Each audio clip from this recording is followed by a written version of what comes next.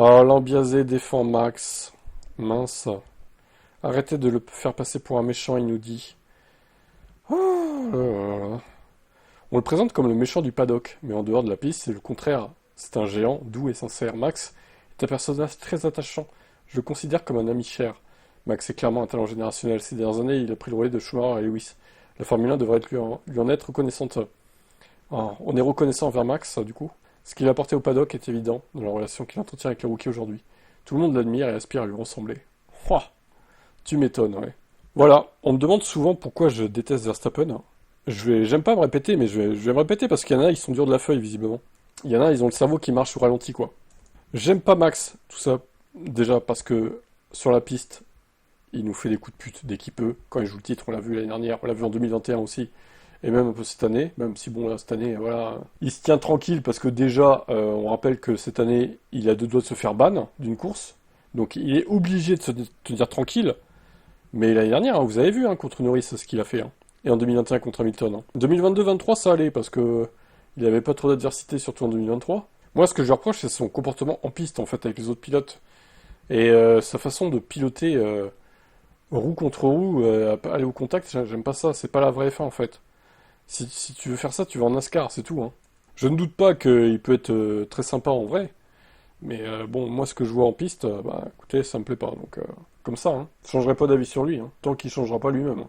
Et à mon avis, c'est pas prêt d'arriver. Il est pas prêt de changer. Il restera comme ça toute sa carrière. Bref, de toute façon, il y en a qui aiment pas Verstappen, il y en a qui aiment pas Hamilton, il y en a qui aiment pas Piastri, il y en a qui aiment pas Norris. Je crois qu'on a tous nos préférences.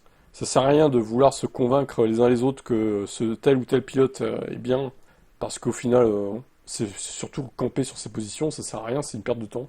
On a tous nos avis sur les pilotes, sur nos préférences. Ma foi, voilà, c'est comme ça, on peut pas être d'accord sur tout. Hein.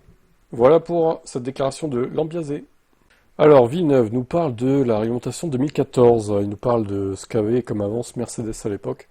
Bon, je vais mettre cette news sur Tib F1 parce que c'est vrai qu'il y a pas mal de news sur F1 Tib aussi. De toute façon, elle sera en replay, entre guillemets, dans les news du soir, cette news-là. Donc, en 2014, Mercedes s'est lancé dans la course avec un moteur inégalé par les autres constructeurs au départ. Donc là, le Canadien nous dit qu'ils avaient 5 ans d'avance pour lui. Ouais, je sais pas, 5 ans quand même, peut-être pas exagéré. Hein. En 2014, Mercedes avait 5 ans d'avance sur ses rivaux et disposait de moteurs plus puissants au moment où leurs rivaux commençaient à égaler les performances de leur gros motopropulseur. Et comme ça s'est passé comme ça en 2014, tout le monde pense que ça va se faire pareil en 2026. Je pense pas que les autres constructeurs seront surpris cette fois-ci.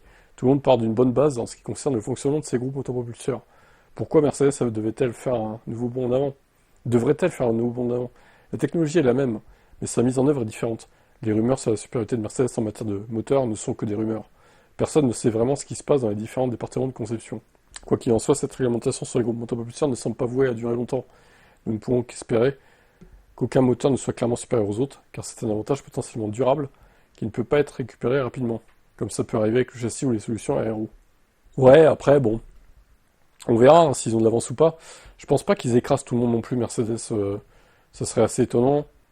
C'est la même base technique, les moteurs, même s'il y a une plus grande partie électrique, ça reste un fossé moins grand que de passer des V6 turbo hybrides, enfin des V8 au V6 turbo hybride du coup. Ça reste un fossé moins grand.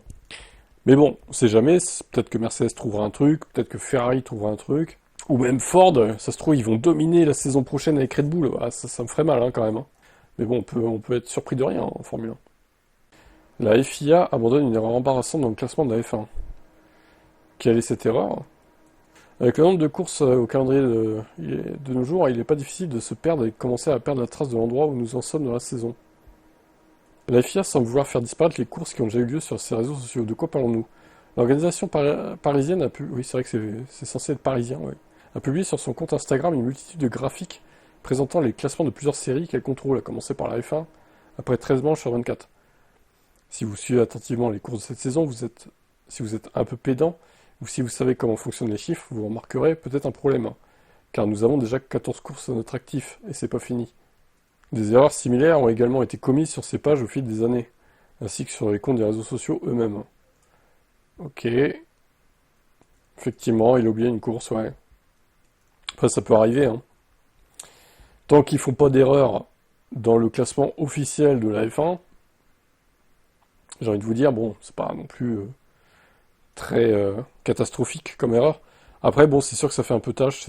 Oui, ils sont payés pour ne pas commettre d'erreur. Normalement, ils sont censés faire ça bien, mais bon, après, ils sont peut-être fatigués aussi. Rien de catastrophique. À éviter quand même, cependant. Alors, Williams nous parle de la fermeture estivale. Qu'est-ce qui va se passer pour eux? Qu'est-ce qu'ils ont d'intéressant à nous dire, hein? Pour les vacances d'essai de cette année, l'équipe de F1 de James Wolf a confirmé que les 14 jours choisis se dérouleront du lundi 11 août au dimanche 24 août, ce qui signifie qu'aucun travail lié aux performances de la voiture ou au fonctionnement de Williams ne pourra être effectué. Durant ces 2 semaines, l'ensemble de l'équipe Williams, y compris Wolf, et son autres pilotes Sainz et Albon, ne seront pas autorisés à contribuer à toute recherche liée à la F1. Voilà, je trouve que c'est bien, ces 14 jours obligatoires de fermeture, hein. Sinon ça ne s'arrête jamais en fait. À gros, Williams décrit la pause estivale comme étant aussi proche d'une ville fantôme que possible grâce à la période des vacances. Bien que les exceptions à la règle signifient que les activités non liées aux performances de la F1 comme le marketing peuvent se poursuivre. L'arrêt annuel de la F1 cet été permet non seulement de réduire les coûts pour les équipes grâce à l'interdiction d'utiliser des souffleries coûteuses, mais offre également une occasion idéale à tout le personnel de se reposer et de récupérer après un début de saison mouvementé. Le championnat a été riche en actions sur et en dehors de la piste cette année, avec les 14 premières manches. Bon, après, il nous rappelle ce qui s'est passé, on a vu, merci bien. Voilà, donc c'est important, hein, ces 14 jours de vacances là, pour toutes les équipes, pour tous les pilotes, pour tous les membres des équipes. En vrai, très important de se reposer aussi. La F1 communique officiellement la fermeture estivale du coup. Alors, Sainz déclare que, effectivement, passer de Ferrari à Mercedes et inversement, c'est très compliqué. Il n'y a pas qu'Hamilton qui le dit, visiblement. Pour être plus clair, je devrais le dessiner sur une feuille de papier ou vous l'expliquer sur ordinateur, mais c'est complètement différent. C'est ainsi que Sainz a souligné en Hongrie que le passage d'un groupe automobiliseur à un autre peut modifier radicalement certains aspects du pilotage. Donc on peut penser par exemple que si Leclerc allait chez Mercedes, il pourrait galérer aussi au final. Plus précisément, le problème est lié au frein moteur, l'un des facteurs qui cause le plus de soucis à Hamilton chez Ferrari. Le statut de champion du monde a en effet du mal à freiner, et une des inconnues de l'équation est que l'ancien pilote Mercedes ne parvient pas à résoudre ce problème de frein moteur. La façon d'utiliser le rétrogradage et la transition entre le freinage et le frein moteur est complètement différente. Il faut absolument adapter son style. Je pense pas avoir mis longtemps à m'adapter à la voiture. J'étais assez rapide tout de suite, mais je n'ai jamais réussi à tout maîtriser.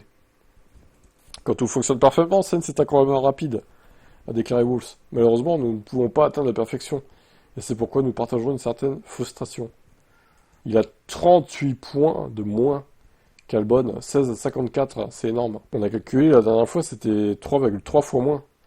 Donc c'est pas normal qu'ils soient absolument aussi loin. Donc, comme quoi, il y a un vrai problème de transition en passant de Mercedes à Ferrari. Et inversement, pour Lewis. Et Sainz, du coup.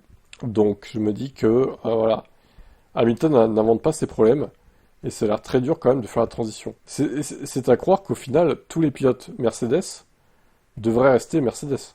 Toute leur carrière, en fait, pour pas avoir de problème. C'est tragique, hein, de penser comme ça, mais ça a l'air d'être ça. Bon, l'avantage qu'il y a, c'est que l'année prochaine, tout change encore. Donc, remise à zéro pour tout le monde. Au final, Sainz et Hamilton, normalement, devraient, je pense, régler leurs soucis. Enfin, j'espère du moins, pour eux.